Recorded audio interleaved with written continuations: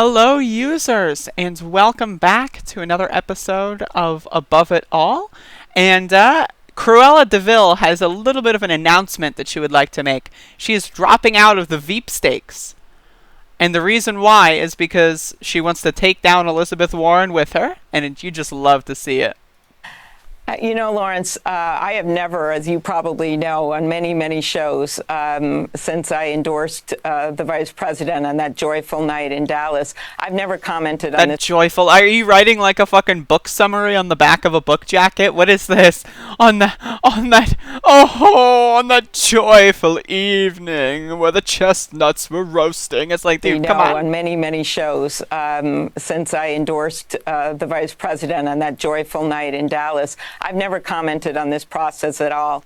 But let me tell you this, after what I've seen in my state, what I've seen across the country, this is a historic moment. You have to keep in mind, she realizes her chances of becoming the VP after what happened in Minnesota are zero. This is a targeted attack against Elizabeth Warren. And you just love to see it. Again, you think this dumb bitch is like, oh, Black Lives Matter all of a sudden after she starts prosecuting fucking black people, throwing them into prison without even looking at exculpatory evidence. You think this racist son of a bitch is doing this because she had a change of heart? No, this is a fucking suicide bomb with fucking Elizabeth Warren taking that bitch ass down. And honestly, I am here for it. And America must seize on this moment. And I truly believe, as I actually told the vice president last night when I called him, that I think this is a moment to put a woman of color. Why is she like shaking and trembling like she's about to cry? It's honestly a little embarrassing. To put a woman of color on that ticket. And there are so many incredibly qualified women. But if you want to heal this nation right now, my party, yes, but our nation, this is sure a hell of a way to do it. And that's just what I think after being through this in my state. You know, Lawrence. It's again, you just love to see it. She is literally doing a suicide pact with Elizabeth Warren. And it's funny because Elizabeth Warren is now trending, and now all the spotlight's on her, and now everyone thinks, oh, it's got to be Kamala Harris. Now, could you imagine? Can you imagine how much of a spit in the fucking face it would be if Biden chose a cop as the vice president, a black cop as the vice president? Could you imagine the irony? They're setting it up for Kamala as a VP, and it's gonna be a disaster. And I am here for it. Again, you don't understand. People that like take this shit too seriously, I don't care about the presidential election. In the sense that I want Trump to lose. I don't give a fuck who beats him. Our chance of getting any progressive policy in the White House is over. That was a pipe dream, and it failed, okay? We have what is proving to work with direct action, protesting, and rioting throughout the country, and that's proving things to work. Minneapolis is starting to disband their police force. Other fucking states and city councils are like defunding them, lowering their budgets to start. That has done more than voting for a Democrat has ever done, and that's what you need to understand. So if Biden wins, and I hope to God that he does, because I think Biden is a way easier foil to have a revolution under and to protest under than Donald fucking Trump and Bill Barr, the openly fascist fucking people that say, oh, we didn't use tear gas or pepper spray when they openly use tear gas and pepper spray on camera. I do think that a better foil is fucking Joe Biden. And also it's going to show the younger generation. We may have still some millennial liberals that are fucking like, oh, Obama's great. When Joe Biden takes the reins and things are just as garbage and things aren't getting fixed in any capacity, anybody under the age of like 30 is going to be like, okay, yeah, this was a fucking shit fuck. We got duped, or let's go back to the streets. And that's what I want to see. And as a result, I want the weakest vice president possible.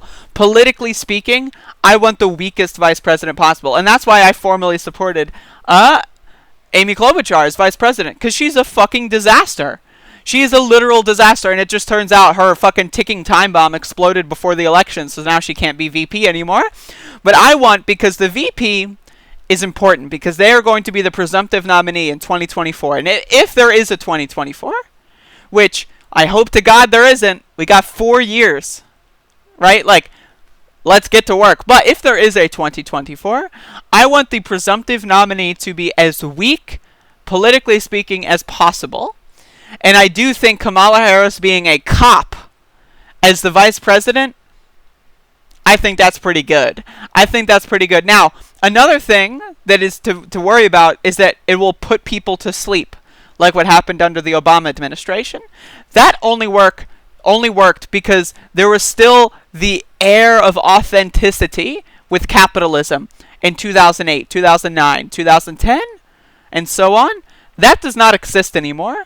The leftists today that voted for Bernie Sanders and that are taking to the streets, we don't care about capitalism. We don't care about your deficit. We don't care about your debt ceilings. We don't care about that shit. We want health care. We want to fucking demilitarize the cops. And we want to live in a fucking social democracy at the very least. The very least. That is the absolute minimum compromise. And the people now, this is again post-Occupy. This is post-fucking, all the fucking recent neo-Nazi militia action that has garnered so much more anti-fascist resistance.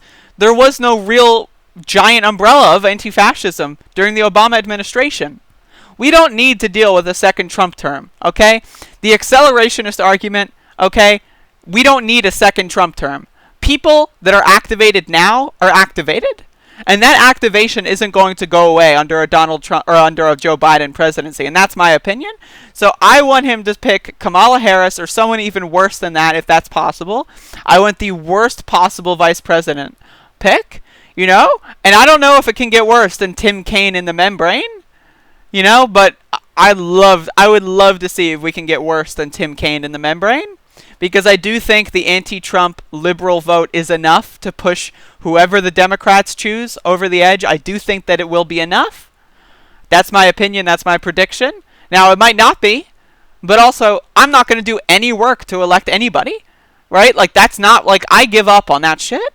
Like, maybe as far as down ballot goes. But as far as the president goes, I give up.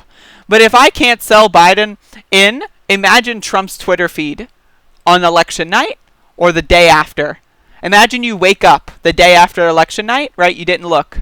And then you just look at Trump's Twitter feed. You just absorb it all at once. Right? Right?